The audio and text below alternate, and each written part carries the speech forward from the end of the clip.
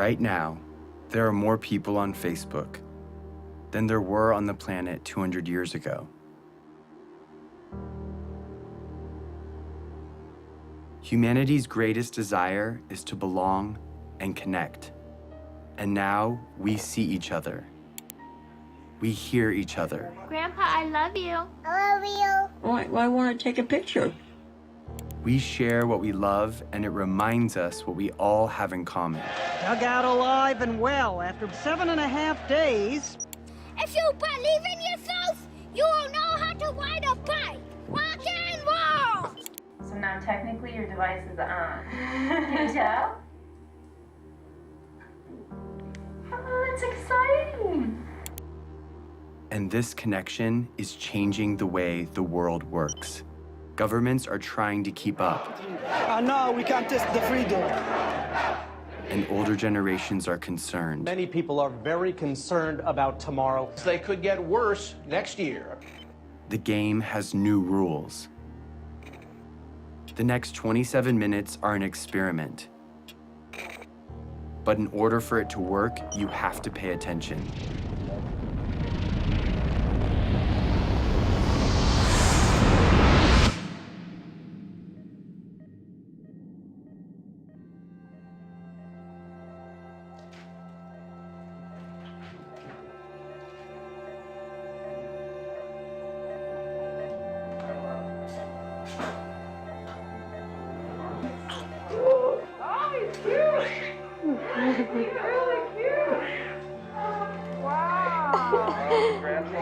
I can hear him. Every single person in the world started this way. He didn't choose where or when he was born. Yeah, he died. But because he's here, he matters. Yeah, we've been waiting for you. You made it. My name is Jason Russell, and this is my son, Gavin.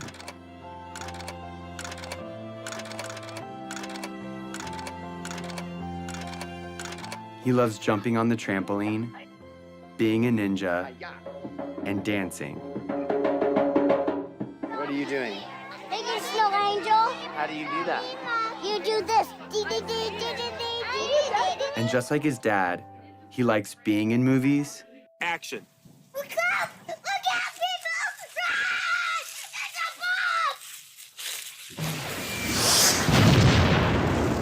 bomb! And making movies. Daddy, watch this. I think you got the video. But he was born into a pretty complicated world. And as a dad, I want him to grow up in a better world than I did. And because of the course of events in my life, I see a way to get there. It has become my job. Who are you to end a war? I'm here to tell you, who are you not to? Hey, Gavin, what's up? Years before Gavin was born, the course of my life was changed entirely by another boy. And who's this right here? Jacob. Who's Jacob? Jacob is our friend in Africa. It's been almost 10 years since Jacob and I became friends. It's okay, they're nice. They're different than sharks. But when my friends and I first met him in Uganda, in Central Africa, it was in very different circumstances. He was running for his life.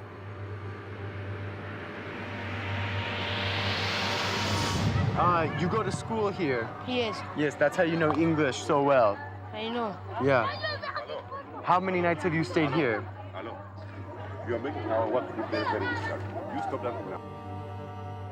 The night I first met Jacob, he told me what he and other children in northern Uganda were living through. We worried the rebel when they raise us again, then they will kill us. My brother tried to escape. Then they killed using panga. They cut his neck. Did you see it? I saw. We fear that if we sleep at our home, we can be abducted by the rebels because our home is far away from town. They will catch us, then they will take us there in the bush. So come here to save our life.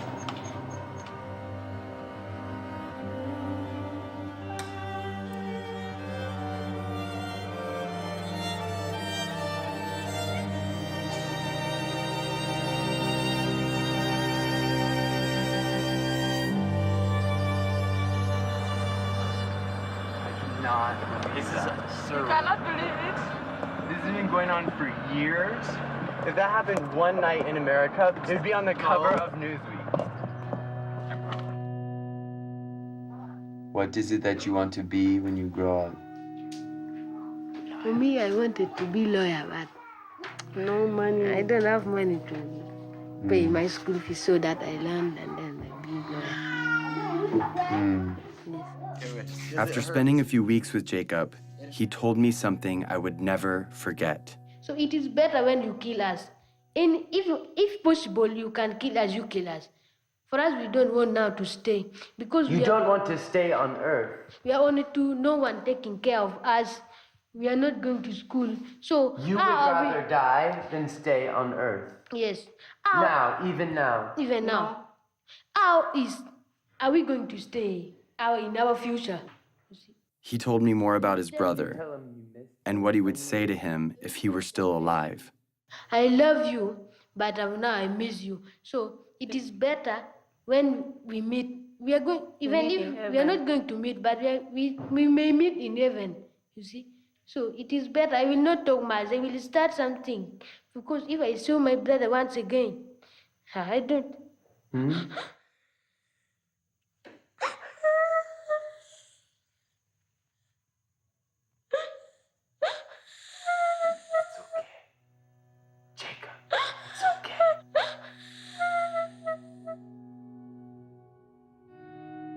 Everything in my heart told me to do something.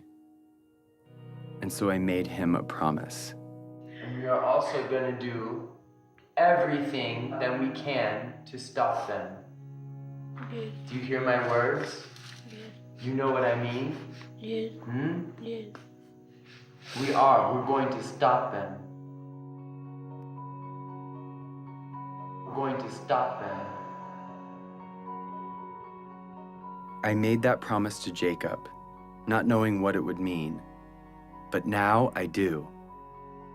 Over the past 9 years, I have fought to fulfill it. And the fight has led me here, to this movie you're watching. Because that promise is not just about Jacob or me. It's also about you. And this year, 2012, is the year that we can finally fulfill it. And if we succeed, we change the course of human history. But time is running out. To level with you, this movie expires on December 31st, 2012. And its only purpose is to stop the rebel group, the LRA, and their leader, Joseph Kony. And I'm about to tell you exactly how we're going to do it.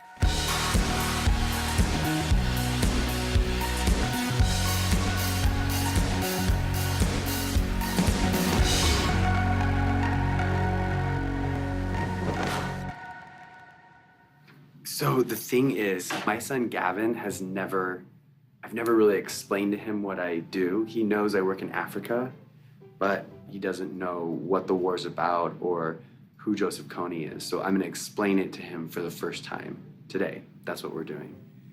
So Gav, are you ready? Yeah. I'm gonna ask you some questions, Okay. and you can just look at me and answer the questions to me. I'm kind of nervous. What do I do for a job? I stop the bad guys from being mean.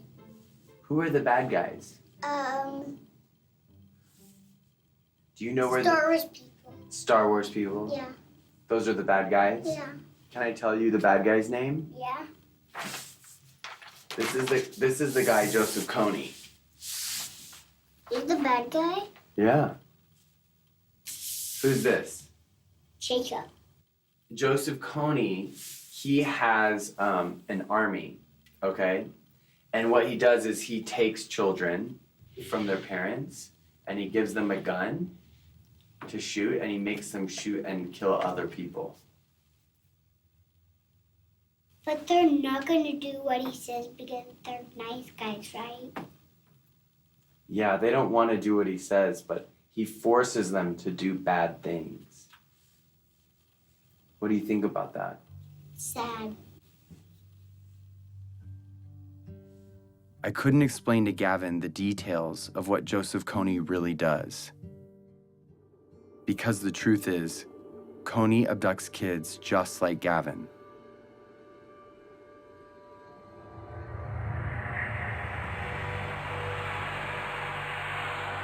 For 26 years, Kony has been kidnapping children into his rebel group, the LRA.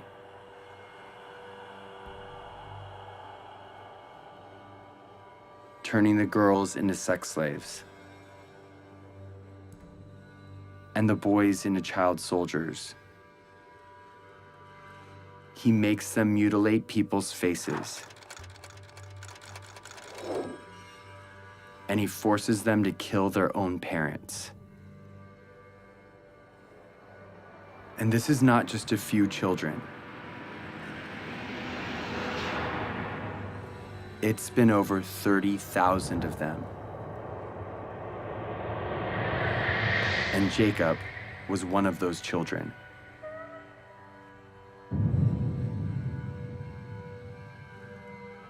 As if Kony's crimes aren't bad enough, he is not fighting for any cause, but only to maintain his power. He is not supported by anyone, and he has repeatedly used peace talks to rearm and murder again and again. Kony, different times, proposed peace and then just regain strength and attack. This is the head prosecutor for the International Criminal Court. In 2002, when the court was started, their job was to find and demand the arrest of the world's worst criminals. Although there are a lot of warlords, murderers, and dictators in the world, the perversity of Kony's crimes made him first on the court's list. Kony is the first guy indicted by the ICC. But the crimes basically are these: crimes against humanity and war crimes committed against the civilian population, including murder, sexual slavery, rapes, abductions. We need to plan how to arrest Kony. Start to plan and start to be serious. In fact, the only way to stop Kony is showing him, guy, we're going to arrest you. What do you think we should do about it? We should stop him.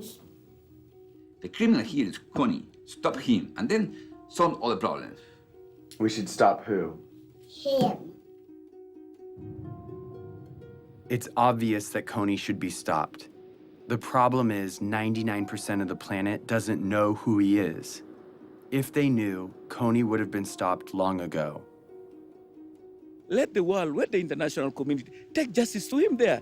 Follow him wherever he is. First, to rescue our children. And secondly, to deliver the justice. We are determined to cooperate with any friend of Uganda to ensure that this mindless killing and slaughter is ended. When my friends and I came home from Uganda, we thought that if the government knew, they would do something to stop him. But everyone in Washington we talked to said there is no way the United States will ever get involved in a conflict where our national security or financial interests aren't at stake. No administration, Republican, Democrat, Obama, Bush, Clinton, doesn't matter, would do enough because it's simply not an important enough issue on the radar screen of American foreign policy. Since the government said it was impossible, we didn't know what else to do, but tell everyone we could about Jacob and the invisible children. Let's show this movie to as many people as possible in such a way that we can't be ignored. And when we did, people were shocked, and their awareness turned into action. We started something, a community. I have friends that have been living in this conflict their entire life. Fight for that, because that is what is going to change this world, and that is what defines us. We got creative, and we got loud. It's not over! It's not over! It's not over! And as the LRA began to move into other countries, Jacob and other Ugandans came to the US to speak on behalf of all people suffering because of Kony. Even though Uganda was relatively safe, they felt compelled to tell the world that Kony was still out there and had to be stopped. I'm here so proud advocating for the people who are back at home. And this change we're going to make is going to last forever. We built a community around the idea that where you live shouldn't determine whether you live. We were committed to stop Kony and rebuild what he had destroyed. And because we couldn't wait for institutions or governments to step in, we did it ourselves, with our time, talent, and money. So we rebuilt schools. The best you can offer a child is by letting them be independent, and that was providing education. We created jobs. I have seen the lives of those who have been hopeless. Now they have hope. And we built an early warning radio network on the front line of the war to protect villages from rebel attacks. To update real time what's happening on a war zone 8,000 miles away. All of this was funded by an army of young people who put their money toward their belief in the value of all human life. They gave a few dollars a month of what little they had to a program called Try, and proved that a bunch of littles could make a big difference. And as a result, the unseen became visible.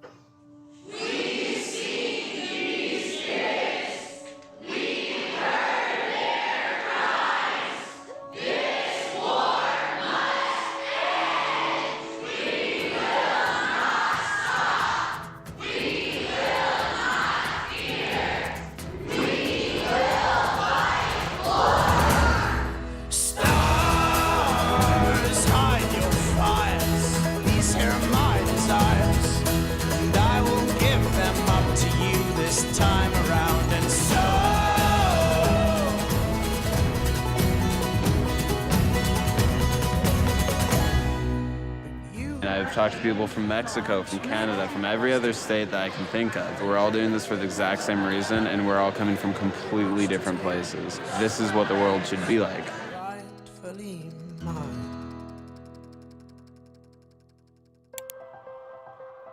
So with hundreds of thousands of people with us, we went back to Washington, D.C., and we met with congressmen and senators, one by one, on both sides, Republicans, Democrats, and they all agreed with us.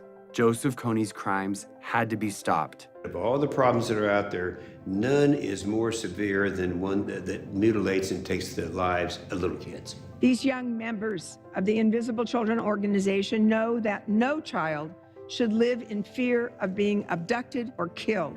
So they were determined to become their voice. They realized that these African children and families were invisible to Washington policymakers, so they decided to make them visible. And what I was told would never happen suddenly became possible. In furtherance of the Congress's stated policy, I have authorized a small number of U.S. forces to deploy to Central Africa to provide assistance to regional forces that are working toward the removal of Joseph Kony from the battlefield. Sincerely, Barack Obama. The surprise announcement came in a letter from the White House. The U.S. President's decision commits U.S. troops to help. Through advice and assistance, not putting Americans into combat, to help the countries of the region end this threat once and for all, then that was a worthwhile investment. We used to think we could not do it, and now when I see we can do it, I am overwhelmed. After 8 years of work, the government finally heard us. And in October of 2011, 100 American advisors were sent into Central Africa to assist the Ugandan army in arresting Kony and stopping the LRA. It was the first time in history that the United States took that kind of action because the people demanded it. Not for self-defense, but because it was right.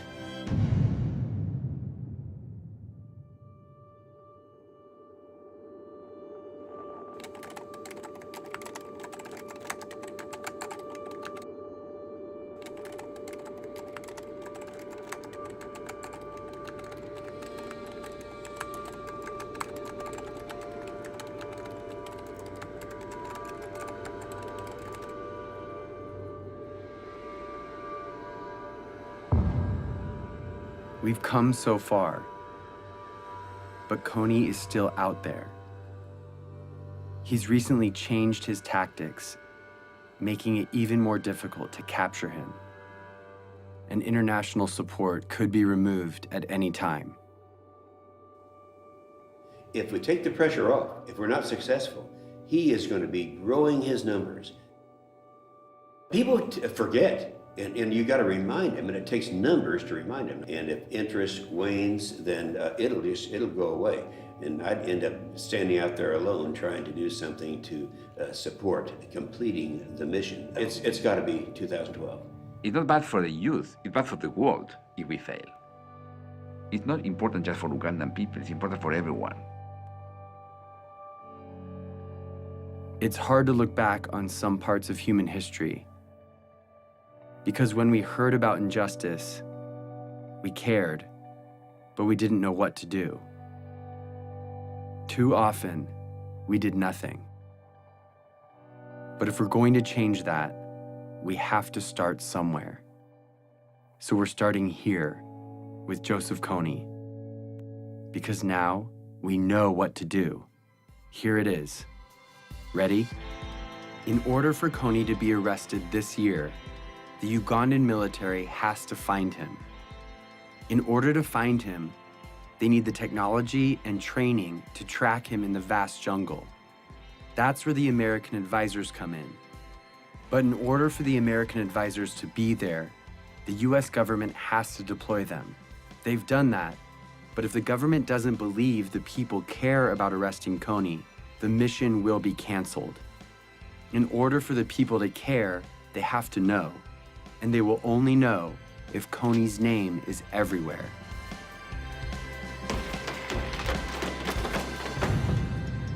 This is the dream. Kony arrested for all the world to see, and the abducted children returned home. Here's the biggest problem. Yeah. You want to know what it is? Yeah. Nobody knows who he is. But I know who he is because I see him on this picture right now. He's not famous. He's invisible. Joseph Kony's invisible.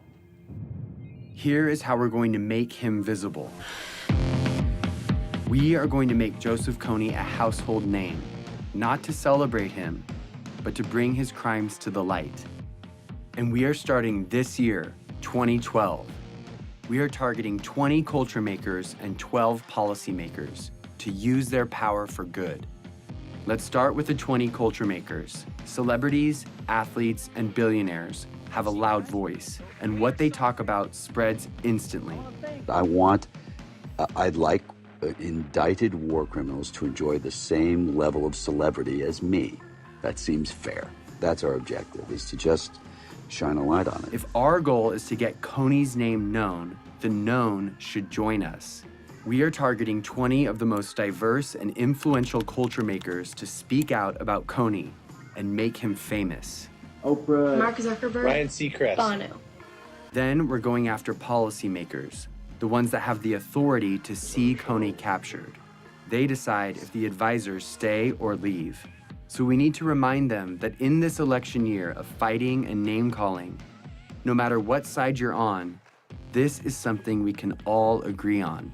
If a senator or congressman notices 25 phone calls on any issue, on any given day, it is noted. When citizens, by the hundreds of thousands, start demanding that our government do something, suddenly it becomes in the national interest of the United States government to respond to this problem. We've identified the 12 policymakers that could change the game regarding Kony, so we're targeting them. On our website, we've made it easy to write them directly, call them, meet with them, and get their attention. If my son were kidnapped and forced to kill, it would be all over the news. So we are making Kony world news by redefining the propaganda we see all day, every day, that dictates who and what we pay attention to. A lot of people feel powerless to communicate their ideas. They think that, okay, you know, I'm not a corporation, I don't own my own magazine or news station, I just don't have any say. But seeing what I've done, I think it's empowered a lot of people to realize that one individual can make an impact. And I actually want to demystify and say, here are these really simple tools. Go out and rock it. And that's just what we intend to do. Our goal is to change the conversation of our culture and get people to ask, who is Joseph Kony? We have printed hundreds of thousands of posters, stickers, yard signs, and flyers that are right now, today, being put up in major cities all over the world. We have thousands of Kony 2012 bracelets that we want everyone to wear, this year only. Each bracelet has a unique ID number. Input that number and you enter the mission to make Kony famous. You can geotag your posters and track your impact in real time. Everything you need is in a box called the Action Kit. It has 2 bracelets, one for you and one to give away. And if you want to help fund our life-saving programs, donate a few dollars a month through Try, and you can have the Action Kit for free. Start making Kony famous today. But all of these efforts will culminate on one day, April 20th, when we cover the night. This is the day when we will meet at sundown and blanket every street in every city till the sun comes up. We will be smart and we will be thorough. The rest of the world will go to bed Friday night and wake up to hundreds of thousands of posters demanding justice on every corner.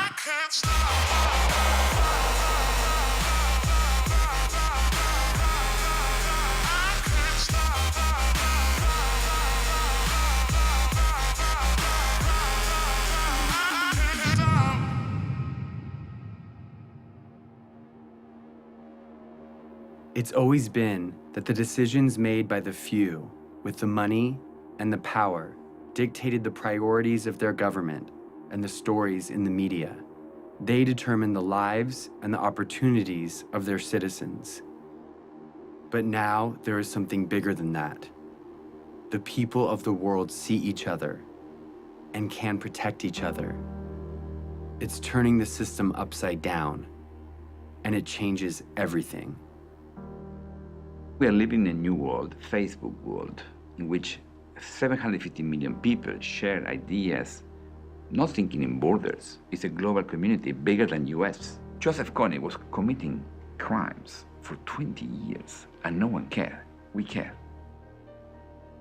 We have reached a crucial time in history where what we do or don't do right now will affect every generation to come. Arresting Joseph Kony will prove that the world we live in has new rules, that the technology that has brought our planet together is allowing us to respond to the problems of our friends. When it ends finally by bringing Kony justice, it should be celebrated like worldwide. We are not just studying human history, we are shaping it. At the end of my life, I want to say that the world we've left behind is one that Gavin can be proud of, a place that doesn't allow Joseph Konys and child soldiers, a place where children, no matter where they live, have a childhood free from fear. I'm gonna be like you, Dad. When you grow up? Yeah. Are you sure? I'm gonna come with you to Africa. The better world we want is coming. It's just waiting for us to stop at nothing.